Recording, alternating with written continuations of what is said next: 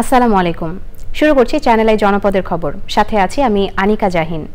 এখনকার এই সংবাদ আয়োজন একই সঙ্গে চ্যানেলের ইউটিউব চ্যানেল এবং চ্যানেলের ওটিটি প্ল্যাটফর্ম আইস্ক্রিনে লাইভ স্ট্রিম হচ্ছে। নির্বাচন কমিশন সবাইকে নিয়ে 91, 96 ও 2001-এর মতো নির্বাচন করতে চায় বলে মন্তব্য করেছেন প্রধান নির্বাচন কমিশনার এএমএম নাসির উদ্দিন। কক্সবাজার জেলায় ছবিসহ ভোটার তালিকা হালনাগাদ ও ত্রয়োদশ জাতীয় সংসদ নির্বাচন উপলক্ষে অনুষ্ঠিত মতবিনিময় সভা শেষে সাংবাদিকদের প্রশ্নের জবাবে তিনি বলেন, আগে জাতীয় সংসদ নির্বাচন নাকি স্থানীয় সরকার নির্বাচন, রাজনৈতিক দলগুলোর এই বিতর্কে নির্বাচন কমিশন যেতে চায় না। নির্বাচন কমিশনের প্রথম লক্ষ্য একটি নির্ভুল ভোটার তালিকা হালনাগাদকরণ।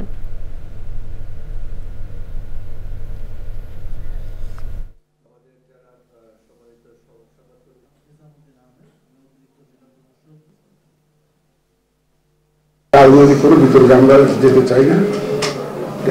আমরা প্রধান উপদেষ্টার মহোদয় একটা ঘোষণা দিয়েছি। এখন উনি একটা ঘোষণা দিয়েছেন, আমরা কি ক্যান ইউ ইগনোর ইট?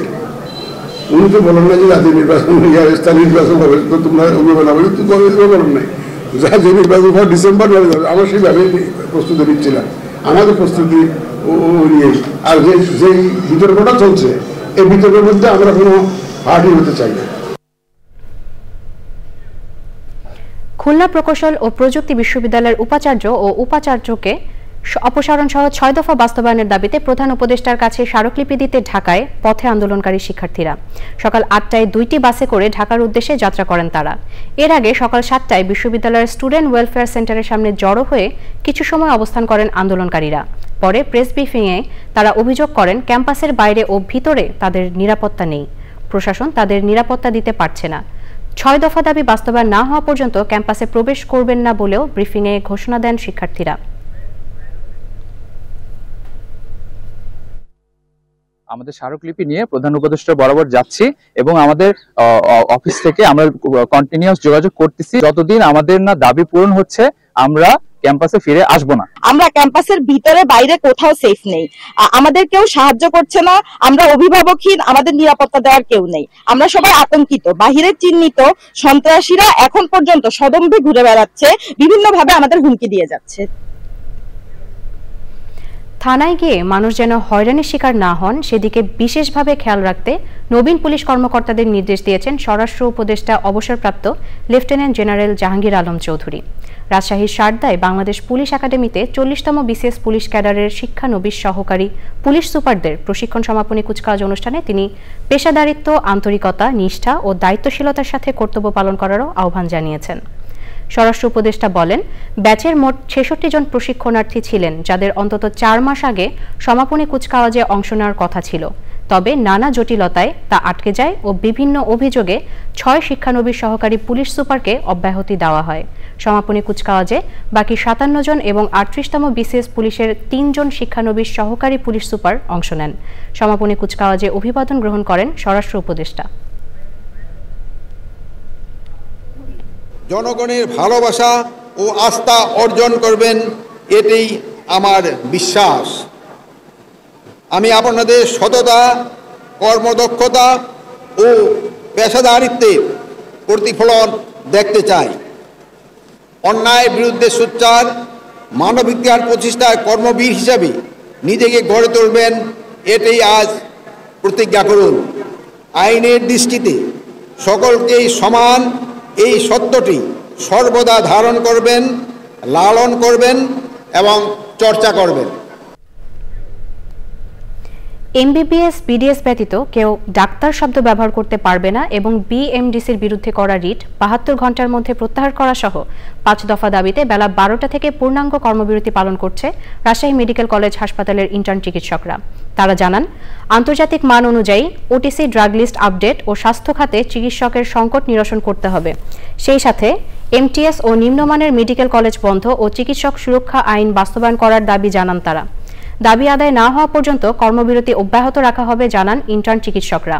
তাদের দাবির সাথে একাত্মতা প্রকাশ করে ক্লাস পরীক্ষা বর্জনের ঘোষণা দিয়েছেন রাজশাহী মেডিকেল কলেজের শিক্ষার্থী।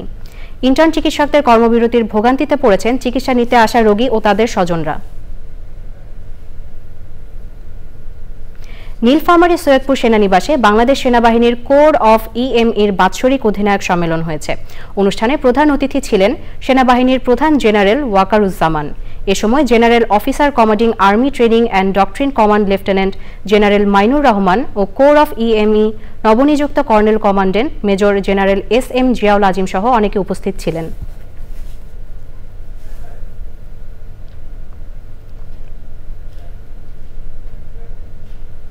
চট্টগ্রামকে গ্রিন ও ক্লিন সিটিতে রূপান্তর করতে নিয়মিত কর পরিশোধ করার আহ্বান জানিয়েছেন city mayor doctor Shahadat Hossain. Premier বিশ্ববিদ্যালয় চত্বরে চট্টগ্রাম সিটি কর্পোরেশনের উদ্যোগে আয়োজিত কর মেলা উদ্বোধন করে মেয়র বলেন, জনগণকে করের অতিরিক্ত বোঝা চাপিয়ে দিতে চান না তিনি, বরং করদাতাদের জন্য স্বস্তিদায়ক ব্যবস্থা নিশ্চিত করতে চান। কর মেলায় হোল্ডিং কর, ই-ট্রেড লাইসেন্সের শতভাগ সারচার্জ মওকুফ, আপিল শুনানি এবং বিভিন্ন জিজ্ঞাসাবাদের সুযোগ সুবিধা রয়েছে। আমি মনে করছি ন্যায্য যে হোল্ডিং ট্যাক্সগুলো চট্টগ্রাম সিটি কর্পোরেশন পায়, আমরা আজকে নিষ্পত্তি করে দিচ্ছি অনেককেই, যাদেরকে আগের সরকার করের বোঝা চাপিয়েছিল তাদেরকে একটা স্বস্তিদায়ক অবস্থায় এনে একটা আনন্দ ঘন পরিবেশে তারা যাতে এই ট্যাক্সটা দেয় এই পরিবেশ আমরা তৈরি করে দিচ্ছি। এবারে দেশের খবর নিয়ে প্রতিনিধিদের পাঠানো তথ্য ও ভিডিও চিত্রে আলমুকসিদের রিপোর্ট।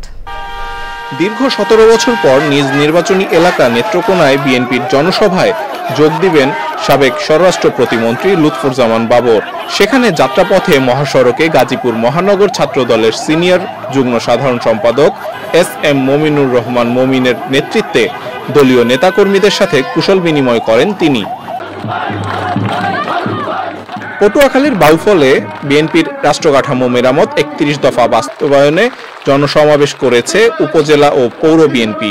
সমাবেশে প্রধান অতিথি ছিলেন বিএনপির জাতীয় নির্বাহী কমিটির সদস্য ইঞ্জিনিয়ার AKM ফারুক আহমেদ তালুকদার। সমাবেশে বিভিন্ন ইউনিয়ন থেকে বিএনপির নেতাকর্মীরা অংশ নেন। ঝালকাঠিতে জেলা বিএনপির সমাবেশ হয়েছে। প্রধান অতিথি ছিলেন বিএনপির vice chairman advocate Zainul Abedin. উত্তরবঙ্গের উৎপাদনশীল ক্ষেত্রে ব্যাংকিং সহায়তা বাড়ানোর তাগিদ দিয়ে রংপুর ব্যাংক কর্মকর্তাদের নিয়ে সম্মেলন করেছে সোনালী ব্যাংক। এতে প্রধান অতিথি ছিলেন ব্যাংকের ব্যবস্থাপনা পরিচালক মোহাম্মদ শওকত আলী খান। সাম্প্রতিক ধর্ষণ ও নারী নির্যাতনের প্রতিবাদে ও দ্রুত ধর্ষকদের বিচার সহ সাধারণ জনগণের নিরাপত্তা নিশ্চিতের দাবিতে সিরাজগঞ্জে মানববন্ধন ও বিক্ষোভ সমাবেশ হয়েছে। মেহেরপুরে সাংবাদিকদের সাথে মতবিনিময় করেছেন প্রধান উপদেষ্টার বিশেষ সহকারী সাংবাদিক মনির হায়দার।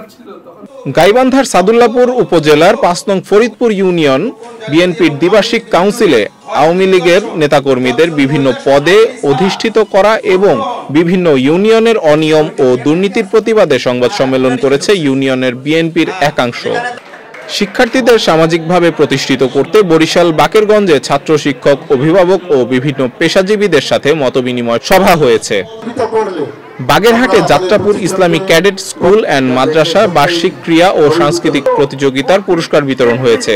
প্রধান অতিথির বক্তৃতা করেন পাট ও বস্ত্র মন্ত্রণালয়ের অতিরিক্ত সচিব হাওলাদার মোহাম্মদ রকিবুল বারী। বিজিএমই এর প্রাক্তন সভাপতি মরহুম মোস্তফা গোলাম কুদ্দুসের স্মরণে চট্টগ্রামে দোয়া মাহফিল ও স্মরণ সভা করেছে বিজিএমইএ। প্রশাসক আনোয়ার হোসেনের সভাপতিত্বে সভায় বক্তৃতা করেন বিজিএমই এর সাবেক সভাপতি SM ফজলুল হক ও অন্যরা। আল মুকসিদ, চ্যানেল আই। দর্শক, জনপদের খবর আজকের মতো এ পর্যন্তই। একটু পর কৃষি সংবাদ দেখার আমন্ত্রণ জানিয়ে শেষ করছি। ধন্যবাদ সবাইকে।